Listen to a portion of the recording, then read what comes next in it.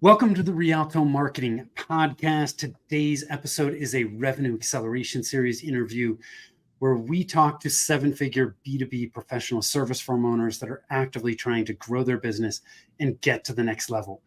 We talk about the good, the bad, and the ugly so that you can learn from their experience.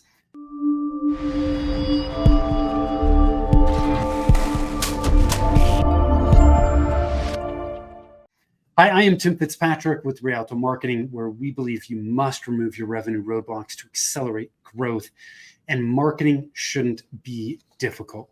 Thank you so much for taking the time to tune in. I am super excited to have Robert Blackwell Jr. from Quant16 with me today. Robert, welcome and thanks for being here. Thanks so much. And I see your title, Unemployable Math Misfit.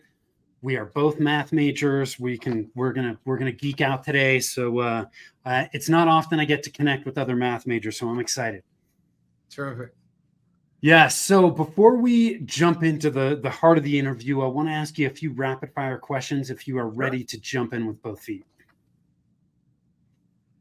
So really quickly, what do you do and how long have you been doing it? What do I do? You mean as far as in the company? What does your company do and how long have you been doing it? Okay. So what I would say is our company, the name of the company is Quant16. The legal name of the company is Electronic Knowledge Interchange. So the history of that is back in 92, I wrote a system that would categorize knowledge across an organization. And I called it Electronic Knowledge Interchange. It came out about the same time Electronic Data Interchange came out. And then a few years later, I started another company, and I should have taken a marketing class before I did that. So the name of the company was Electronic Knowledge Interchange. And of course, that got bastardized into EKI and EKI Digital. I mean, later we changed it to EKI Digital because the EKI website wasn't available. It was EKI-Consulting. So it was a gigantic brand mess. Okay. And then I would say about 4 years ago, I was talking to some friends of mine who were traders, guys that we had met through my other company, Killerspin. And I said, man, I wish I could go back to trading. And then I decided, okay, I am going to shift our company to being like a quantitative hedge fund for industry and government, and then change the name of the company to Quant16. So your hedge fund. Well, no, what I would say is we use the mindset, math, and methods of the quantitative hedge fund. Okay. To apply it to industry and government, because that's the world I came out of. Got it. Okay. What's the most important lesson you've learned in running your businesses? I would say I've learned lots of, I don't know if there's a single one, but I've learned lots of lessons. And I would say a big one is nobody cares about you. They care about themselves. So it is very typical. And I remember when I was younger, very much like most technical people, my father was a salesperson at IBM. In fact, I worked at IBM for a little while in my early 20s. And I remember my father was a great salesman. But I was pretty good technically. So I always tried to get my father to leave. I said, why don't you leave IBM and you can come work for me? I can do all the hard stuff. You can just do the sales stuff. Very typical of a techie that thinks all you got to do is to have a good system and then everybody is just going to flock to you. Yeah. It's not true. Obviously, it is not true. Yeah. So I would say a lesson that I've learned lots of lessons, but the one thing is that the most important thing is nobody cares about you. They care about themselves. So you either have to solve an emotional or financial problem that somebody's willing to pay you for, where it costs you less to deliver the value than they're paying you for the value. Yeah. I would say that is a big one for me.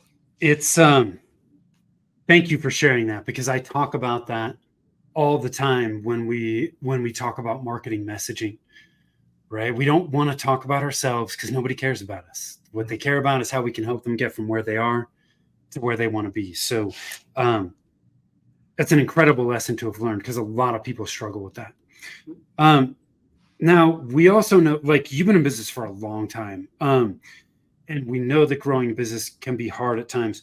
Do you have any kind of mantra or something motivational that you say to yourself, share with your team, to push through those times when you're running into roadblocks? Well, I would say that, listen, I think I'm about one of the luckiest people on earth. I started out being born to two really great parents who had no dough. So my mother was 20 and my father was 23 when I was born. And they were so poor they couldn't pay attention. But they're very educated and people of good character. So I was lucky to be the oldest of five. And my parents just gave me a set of rules. Say, if you follow the rules, go do whatever you want to do. So I was lucky that my parents didn't have much money to give me. So I had to go figure it out. So at 5 years old, I would walk to school and pick up recycling bottles. At 8 years old, I started a company. I would notice that with people, when they would go to the candy store during recess, if they got back late, back in those days, so I was born in 1960s, teachers would hit you with paddles. Okay. That was kind of part of the, discipline or whatever. So I said, I think people would give me money to avoid punishment. So I went and bought gum for 5 cents and sold it for a dime when I was 8, and I started making a lot of money. So anyway, I feel like that I've been really blessed in my life. So I've learned lots of lessons. Do you remember how many rules your parents had? Yeah, I do. Do you remember any of them? There was, yeah, 100%.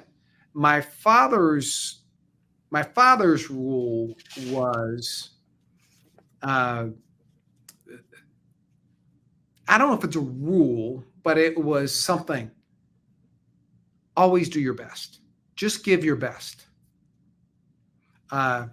Remember that you can always make more money back, but you can never get your name back. Protect your reputation. Yeah. People won't forgive you for being dishonest. They'll forgive you for making mistakes. And don't piss off your mother. That was a big one. Because he would catch hell. I was lucky. Yeah. I never heard my parents argue. But I knew when they argued, because my father would come in my room and say, "Why is your room a mess?" I'm like, "My room's always a mess." What did I do now to upset my mother? Yeah, so your dad came in and said your room's a mess, and you're like, "So you pissed off mom, huh?" Yeah, there you go. It's like, now I got to punish you because now she's mad at me. Yeah, there you go. I'm saying, like, you don't care whether or not my room's messy. Come on. Yeah. Okay, so we got to talk about this because some people aren't going to know what this is. So, name of your company is Quant 16. Mm-hmm. What is a quant for the people that don't know? Because it kind of sounds like something that came straight out of Total Recall. Okay, a quant is short for a quantitative analyst. Okay.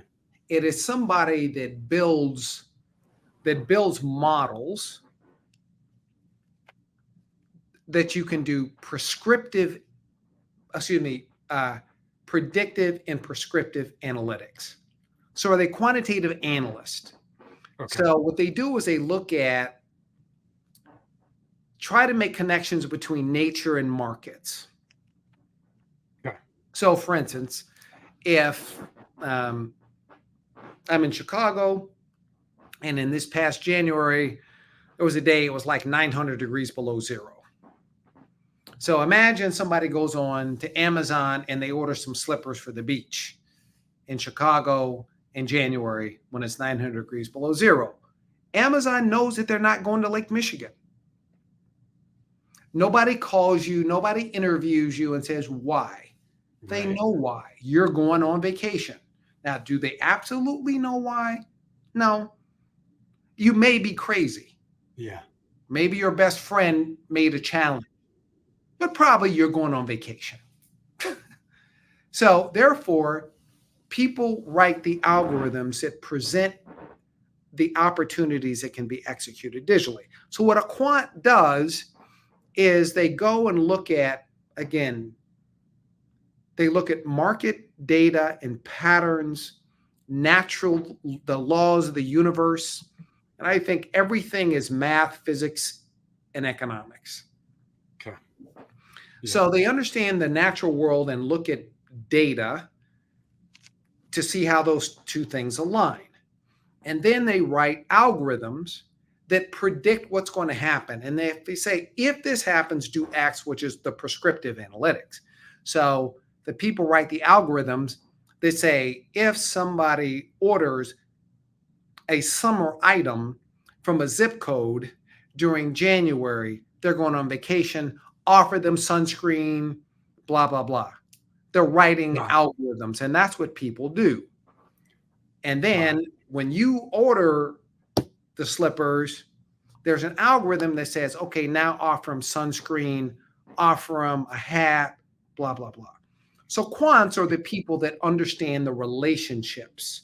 Got it. They're trying to do predictive and prescriptive analytics. Okay. It's a quantitative analyst. Okay. And to make a joke here, that's all shifting to AI at this point. Anyways. Well, no, actually. I would say what people say about AI is actually nothing to do with intelligence. It's not artificial intelligence. So imagine, let's say, hey, if you're married and you have kids, and let's say you got an 8-year-old boy. Your wife looks at your 8-year-old son and says, what did you do? What's wrong? He says, nothing. No, I know. Something's going on. What'd you do?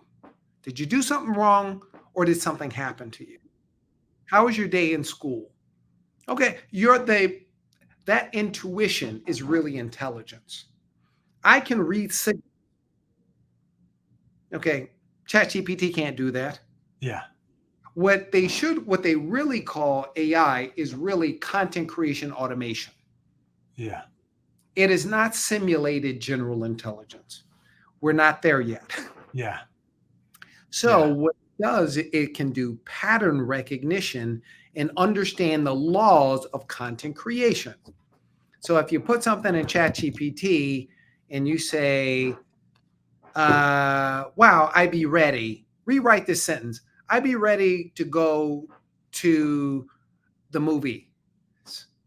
Okay, rewrite this,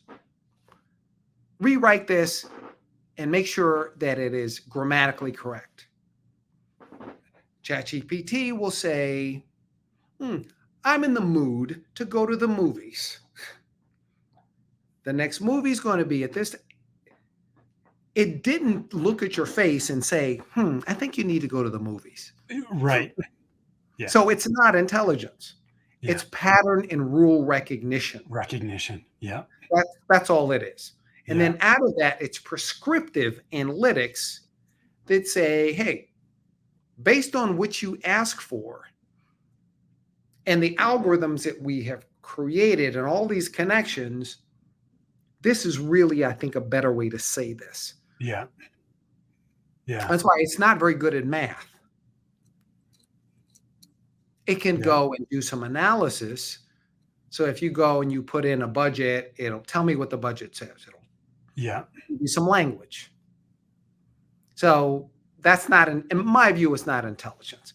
It's pattern and rule recognition that leads to content creation automation. Yeah, that's an interesting way to think about it. I like that. So, Robert, as we talked about, you were a math major. How has math helped you in your business endeavors? Well, I would say it's what I think is you ought to. There's a book called Good to Great. I think it's a great book. And what it says is what you ought to do is when you're going to start a business, there should be three criteria. One is it's an area where you have the potential to be the best in the world. So not you are the best in the world, you have the potential to be the best in the world. It's something that you're really passionate about, and it's something that drives your economic engine. So for me, who I consider myself a person of very limited emotional intelligence, I mean, thank God I could add, otherwise I would add no value to the world. So I am not a person that can read people's faces. I don't have that kind of intelligence. My father, on the other hand, has about as much emotional intelligence as a human being can have. Now, I don't know that he knows how to add. I'm exaggerating a little bit, but he really knows people. That's why he's a great sales guy. And he can make you feel a certain way. So for me, I got to convince you that the math works.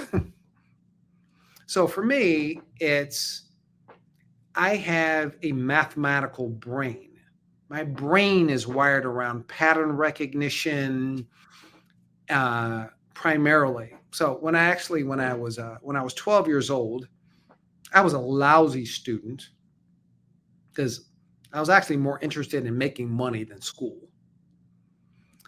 So I just went to school to avoid punishment. Yeah. I was not interested in school at all. But so for me, my parents actually, since I was such a lousy student, I'm the oldest of 5. My sister, who's younger than me, she got all A's and B's, and I'd get B's and C's and D's, and I'd get an A if I was all interested, and mostly I wasn't. So my parents went to get me tested. They were sure that I was not totally without intelligence. They weren't sure, but they suspected. So they went and got me tested. And I got tested in math. And I had always dreamed about, I could dream in pictures and patterns. So when I was 12, I kept saying, what would happen if I kept taking this and I divided it and divided and divided and divided until I couldn't divide it anymore? So there are 2 things in math. So actually at 12, I created my own theory of fractal geometry. Fractal geometry is the study of self-similar systems. That came about through there was a mathematician named Benoit Mandelbrot. So if you've ever seen the Mandelbrot set, he created, that branch of math. He defined that branch of math. It was in 1982. And at 1982, I was 21 at the time. So when I was 12, I thought like that. So I have a brain that is wired for numbers and patterns. I can tell you I can tell you my driver's license number, my passport number, almost every phone number that I've ever had, my everything, Social Security, any kind of number that's associated with me, I can tell you what it is. So I have a brain that is built for numbers and pattern recognition, and decomposing all the different. In physics, there is something called the standard model, which essentially says you can break things down until you're left with certain elements that you can't break down anymore. It's called the standard model in physics. So everything to me is math, physics, and economics. Yeah. So I would say I have, hey, Michael Jordan was 6'6", fanatically compared. That is just his thing. So I would say God blessed me with a limited set of talents. I would say I'm not bad at math. Yeah. So therefore, everything I do follows that. I was so at IBM, I was never going to be a salesman. So, not wanting to embarrass my father, who got me the job, frankly, uh, IBM said, "You're either a salesman or you're a nobody." Well, I wasn't about to be a salesman. I was too introverted. Right. So what I did notice, I got assigned. IBM was in the copier business at the time, and I got assigned to the number one copier salesman in the country. And he said, "Your job is to make sure I don't lose any installs, because if I do, I lose money. That's it. Tell me how I can make money. You're not helping me sell. Tell me how I can make money." So I wrote all the algorithms that would give salespeople signals to upgrade machines. And then that got rolled out all across the country for IBM. I figured now, at least I didn't embarrass my father, and I left. So that you basically wrote a program that looked for that pattern to identify where the opportunities were. Well, what I looked at and said, what is the incentives for the salespeople with the customer? So I wrote the algorithms that said, if this happens, now go talk to the customer. And now you can tell them to make the upgrade. This is why it's good for you. This is the business case for you to upgrade a machine so me as a salesman can get more commission. Yeah. But so the algorithm identified the trigger that gave the. That's correct. Yeah. So you understood Awesome. the incentives of the customer, you understood what the incentives of the salesperson were, and what the rules were for IBM to help you, to give you your commission. But that trigger was a strong signal that the client needed to buy. That exactly. So now this gives a signal to the sales guy, say, go talk to the customer now. Tell him that if you sign now, here's the business case and why it's good for you. Yeah. Okay. And the algorithm identified why it's good for the sales guy. Yeah. But now it gives you the business case to go talk to the customer. Yeah. So it's your abilities in math. Well, one, you're good with numbers. The numbers are involved in a lot of aspects of business, but the pattern recognition side of it gives you the ability to see patterns that may present opportunities, or patterns that may say, hey, we need to do something different, right? So it gives you the ability to see good and bad things before they actually happen. I would say that's right. And so what I believe is that you can predict almost anything because markets move towards efficiency. You can optimize almost anything because systems move towards self-similarity. And you can actually predict how people are going to behave because people move towards incentives. So we created something called ecosystem economics, where you can predict how people are going to behave based on the incentives, constraints, alternatives, and interdependencies people use to make decisions.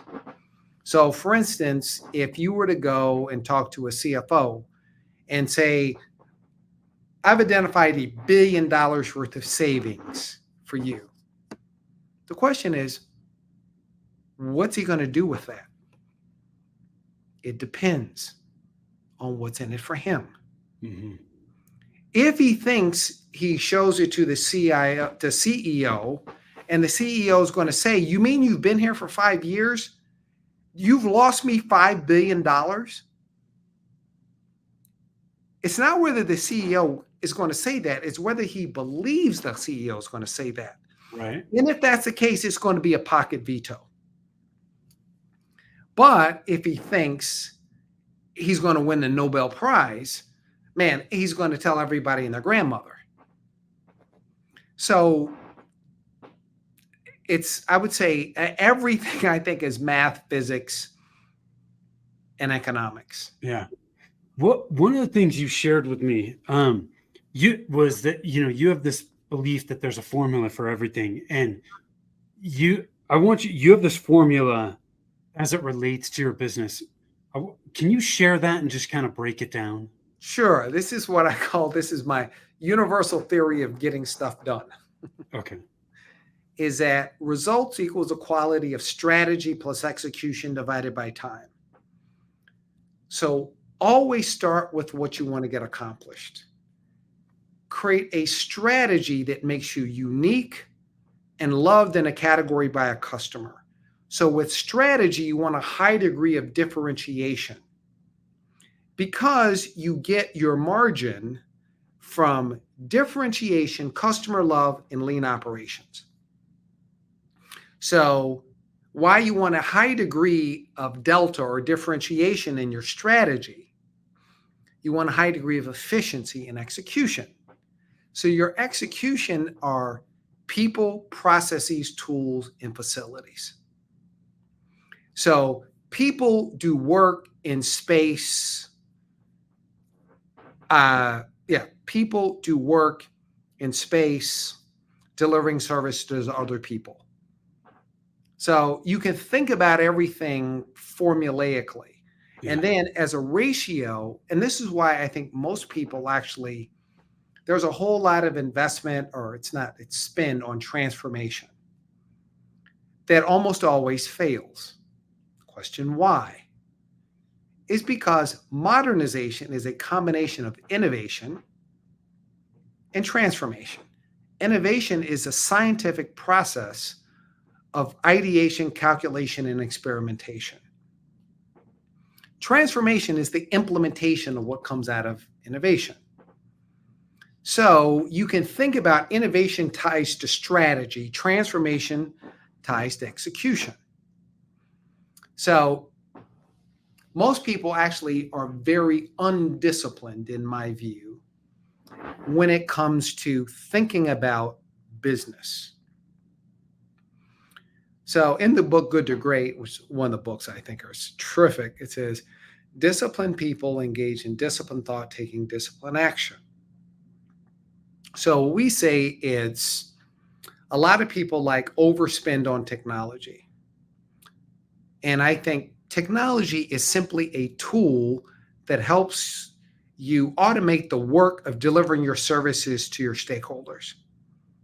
If you haven't applied lean, which lean simply means the elimination of waste from work.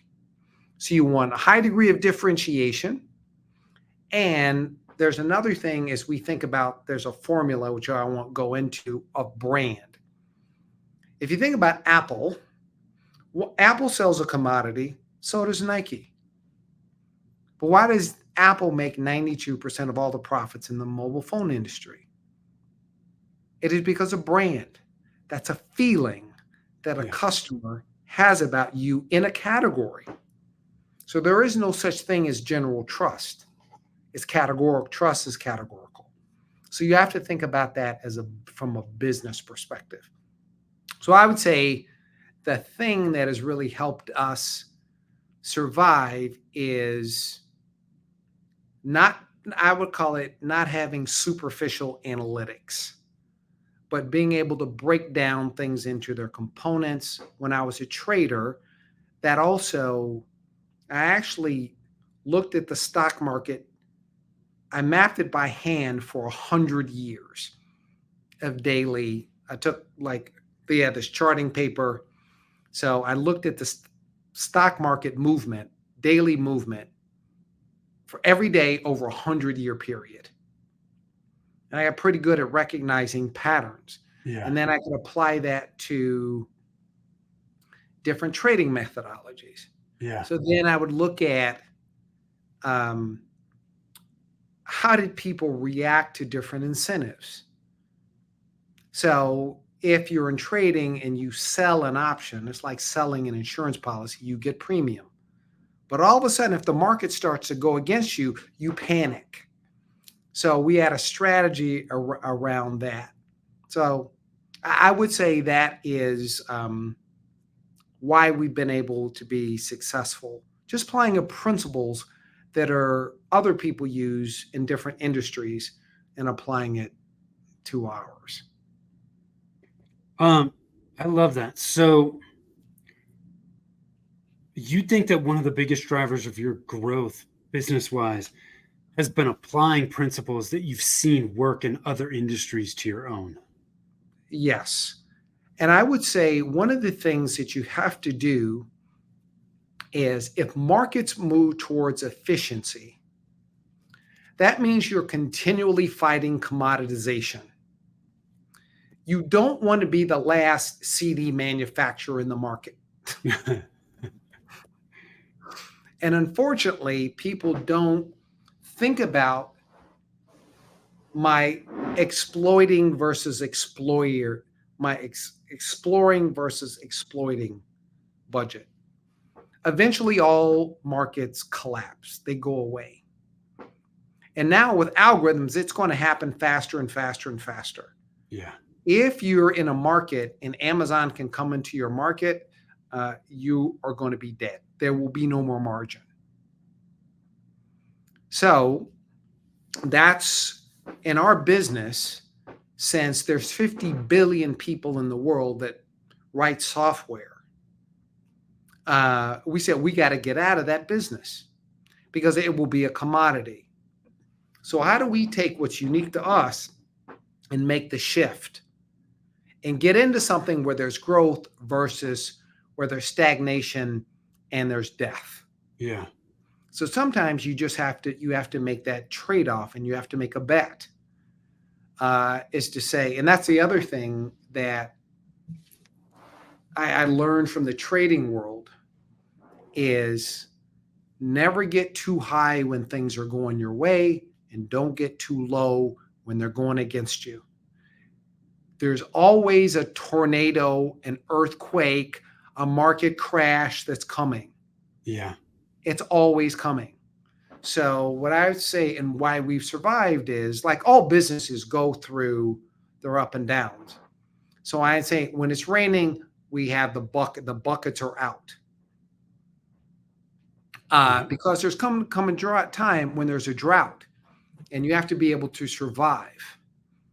And you have to be able to look at investment. And we look at all spend as investment and a monetizable outcome. CapEx is investment in new capabilities. OpEx is investment in operational delivery. So when we break out our business, it starts out with product development, right? What are you going to take to the market? What emotional or financial problem can you solve for somebody? So we always think about business as love and money. Yeah. Then how do you fill the funnel, close the deal? Then how do you deliver what you sell, right? That's COGS or service delivery. And then administration is counting your money, paying your bills, managing your risk. So we think everything is a ratio of a monetizable outcome, and then we think, what's our inside game and outside game? So in product development, what are we going to do versus what services do we buy in client acquisition? If somebody can do it better, faster, and cheaper than we do, we buy it as a service. If it's not core for us, we buy it as a service. Because everything has a cost. Yeah. Time, energy, and money. There's investment. If I have to have 17 meetings in a day because I have to hug somebody, that's a cost. All right. So I'd rather buy it. So the way I look at it is, if there's a vendor, they get paid for helping me solve a problem. And I don't have to worry about kissing them and hugging them and tell them they're wonderful. I have to be a good partner. I have to create a win-win, but I don't have now all the overhead that I have with an employee. So I want fewer people that make more money in our company. So you've got to come on this journey, and what we expect of you is to be world-class in whatever it is your responsibility is. So I would say for us, it's like everything is math, even on the revenue side. What is the universe of prospects that we have? We have a very mathematical way of thinking about that. What's it cost us to fill the funnel and then close the deal? And how do we differentiate ourselves? Because if you're like, it's like we've kind of, I don't want to say given up on LinkedIn, but once one person does it, everybody else listens to all the podcasts and the YouTube channels, and they all start to do that. And then those strategies become not effective because everybody is just, they're a bunch of lemmings. Yeah. Principles are a different animal. Tactics can be commoditized. Yes. Principles are something very different. So we try to think, what are the principles?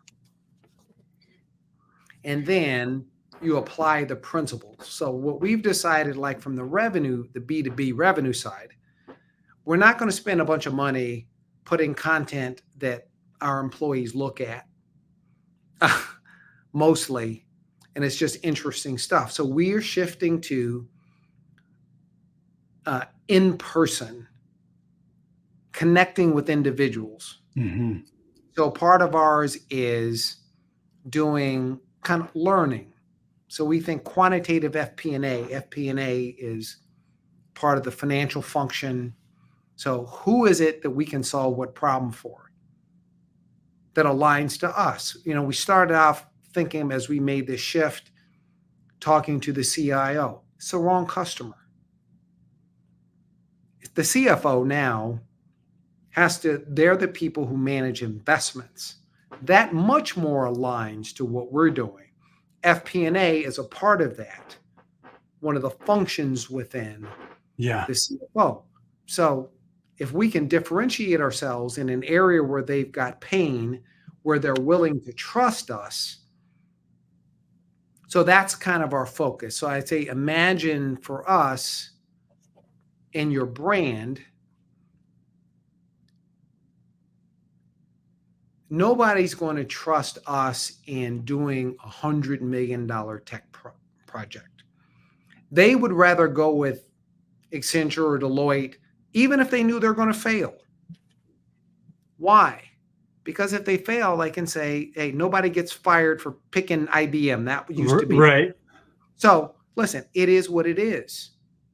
So go figure out a place where your brand has meaning and people will trust you. So I say, if we were, so imagine this, a startup of quants came out of Google.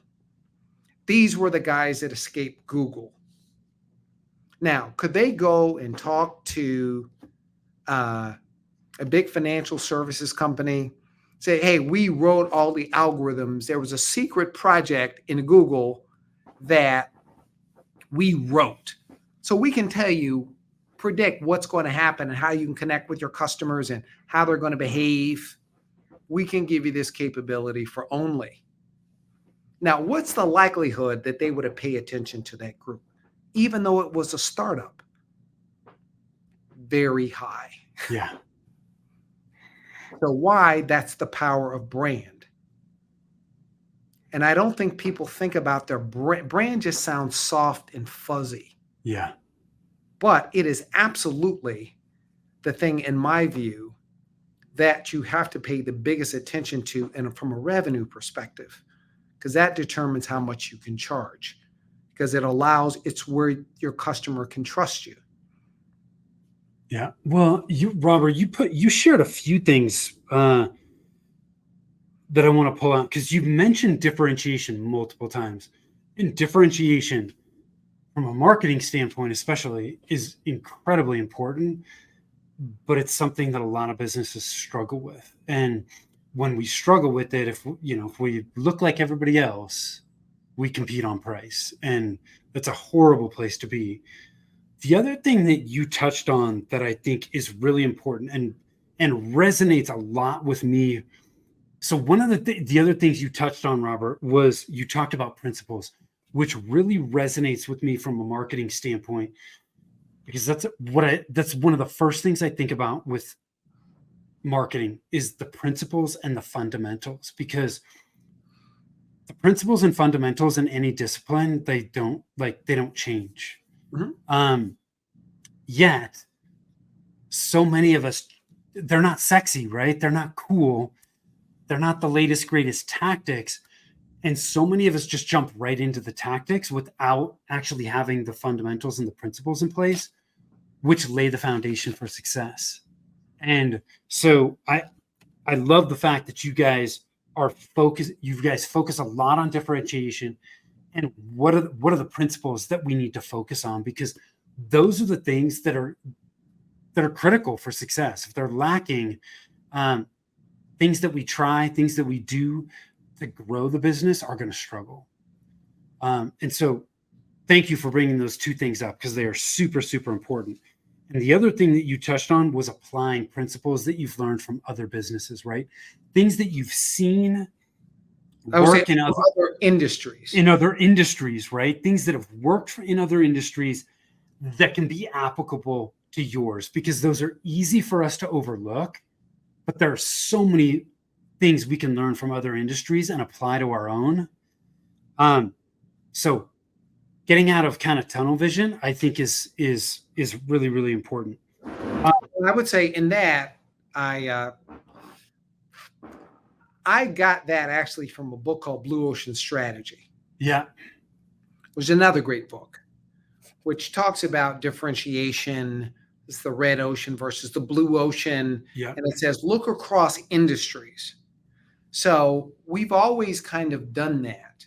So as I looked at my, so I have two companies, Quant 16 and a company called Killer Spin.